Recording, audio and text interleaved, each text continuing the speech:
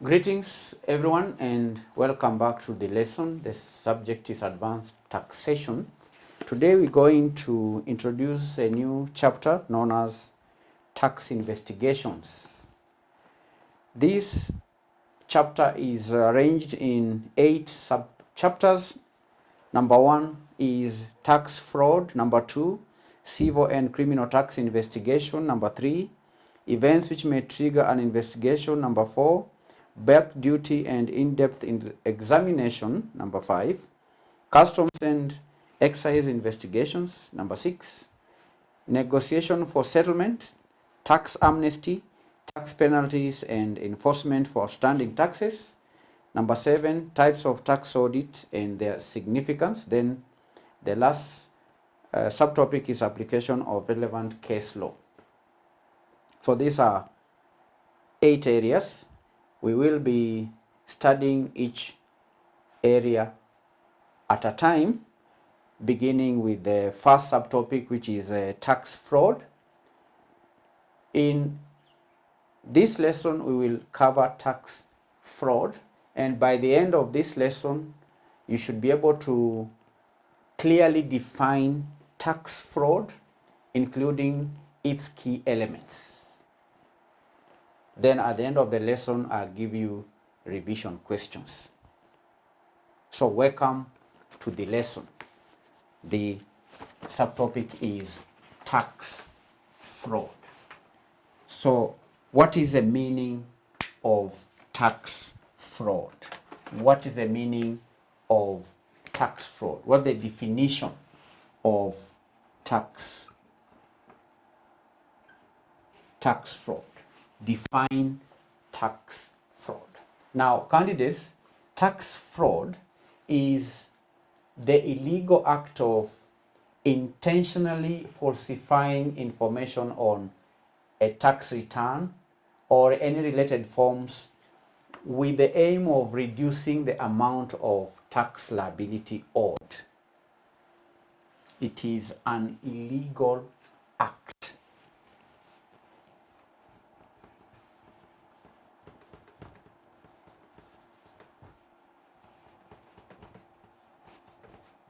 It is an illegal act of deliberately or intentionally, all right, of intentionally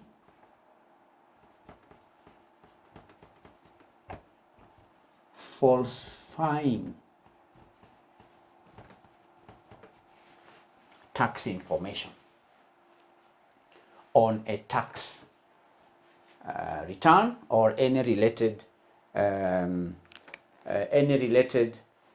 forms, and the aim of tax fraud is to reduce the amount of tax liability that the taxpayer owes the government. In other words, it involves deliberate deception of tax authorities. It is the deliberate deception. Deliberate deception.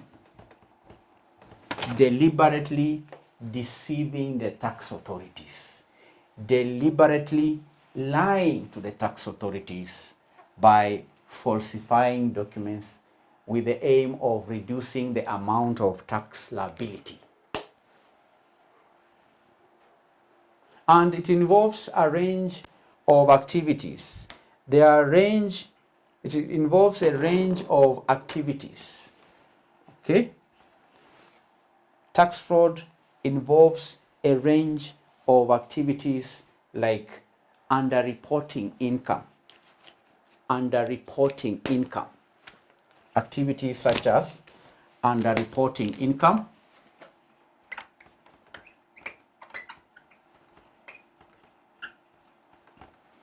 a taxpayer may deliberately underreport. These are activities involved in tax fraud. 1, underreporting income, deliberately reporting less income than was actually earned. Underreporting income deliberately.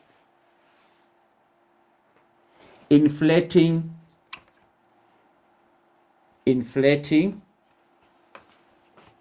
deductions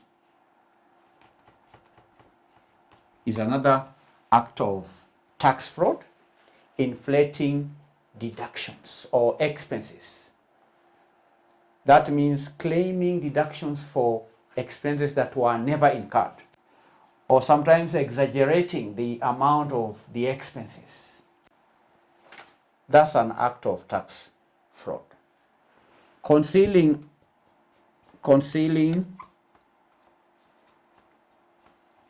assets is another act of tax fraud.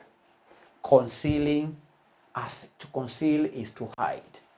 Hiding assets or income streams, often in offshore accounts, in order to avoid reporting them for tax purposes. That is an act of tax fraud, concealing assets. The fourth act of tax fraud could be using false or altered documents. Using false or exaggerated or altered documents. Alteration of documents. Using false documents. Altering forged documents. And that could include forging receipts, forging invoices, forging accounting books in order to misrepresent financial transactions. Using forged documents when making returns, that's an act of tax fraud. We can add another act which is related to claiming false deductions of credits. Claiming false deductions or credits. Claiming false deductions or credits. Claiming false deductions or credits. A taxpayer can take credit for things like, say, charitable contributions. There could be things like business expenses, educational expenses that were never made. Claiming such deductions could be also an act of tax fraud. We can also say intentional non-payment. Intentional non-payment is yet another act of tax fraud. Non-payment. Intentional non-payment. Intentional non-payment. What does that mean? This means intentionally failing to pay taxes that are owed. Intentionally deciding not to pay. That's an act of tax fraud.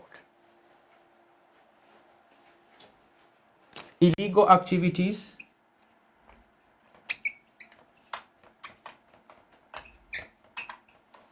Illegal activities, engaging in illegal activities to evade taxes, such as money laundering or the use of shell companies to hide income, is yet another form of tax fraud. So I'm giving these examples to help you understand, to help you get the meaning of tax fraud, because the objective of this lesson is that by the end of this lesson you should be able to clearly define tax fraud.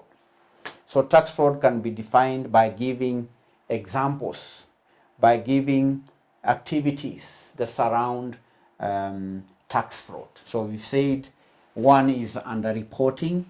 Number two, underreporting income. This is underreporting incomes. Number three, concealing assets. Number four, using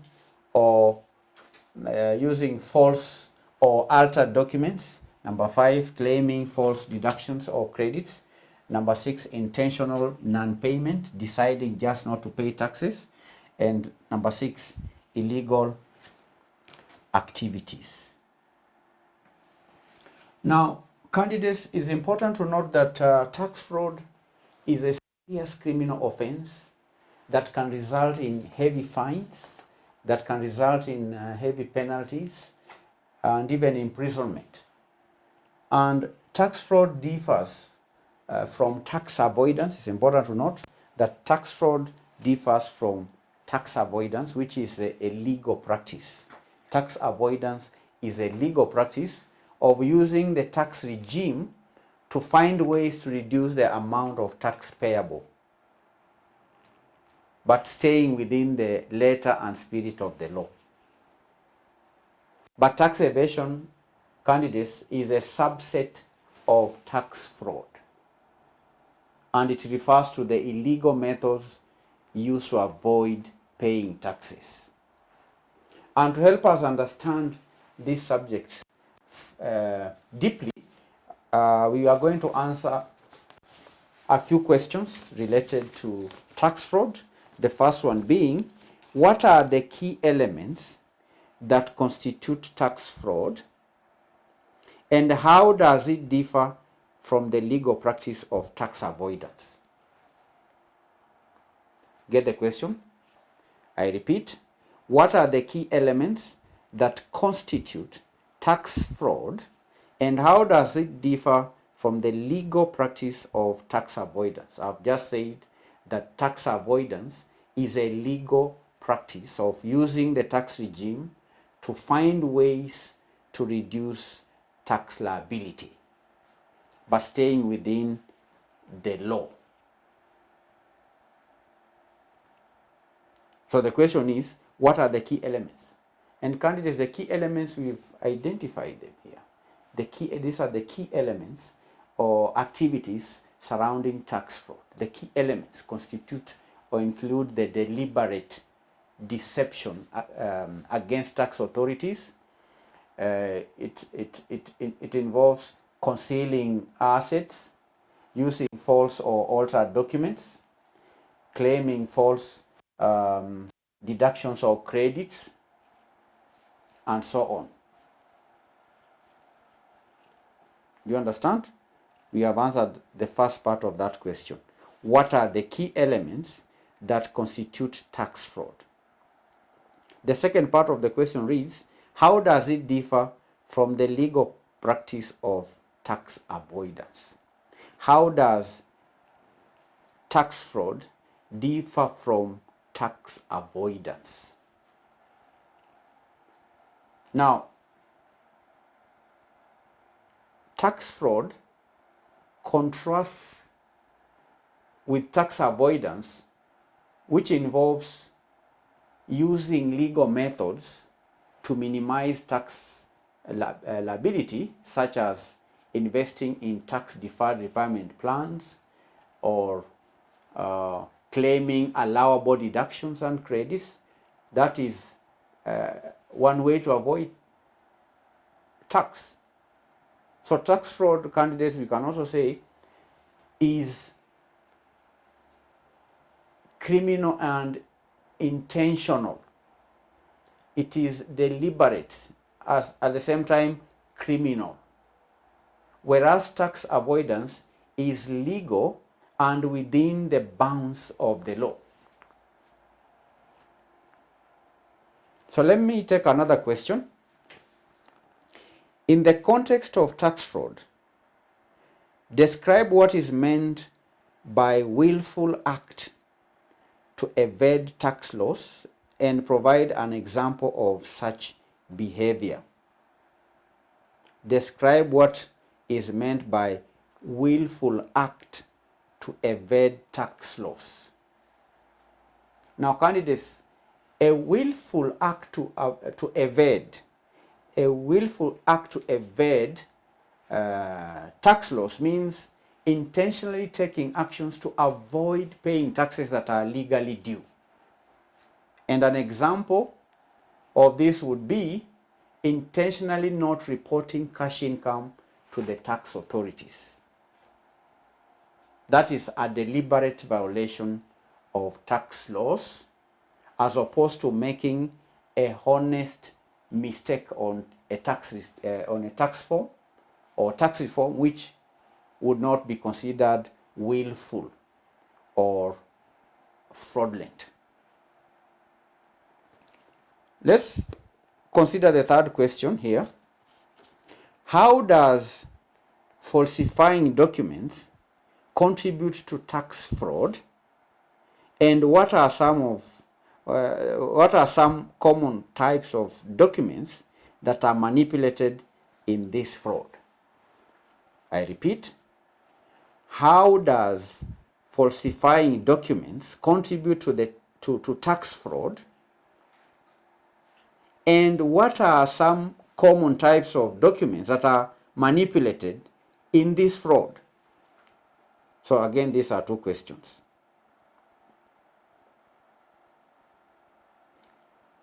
How does falsifying documents contribute to tax fraud? How does falsifying documents contribute to tax fraud? How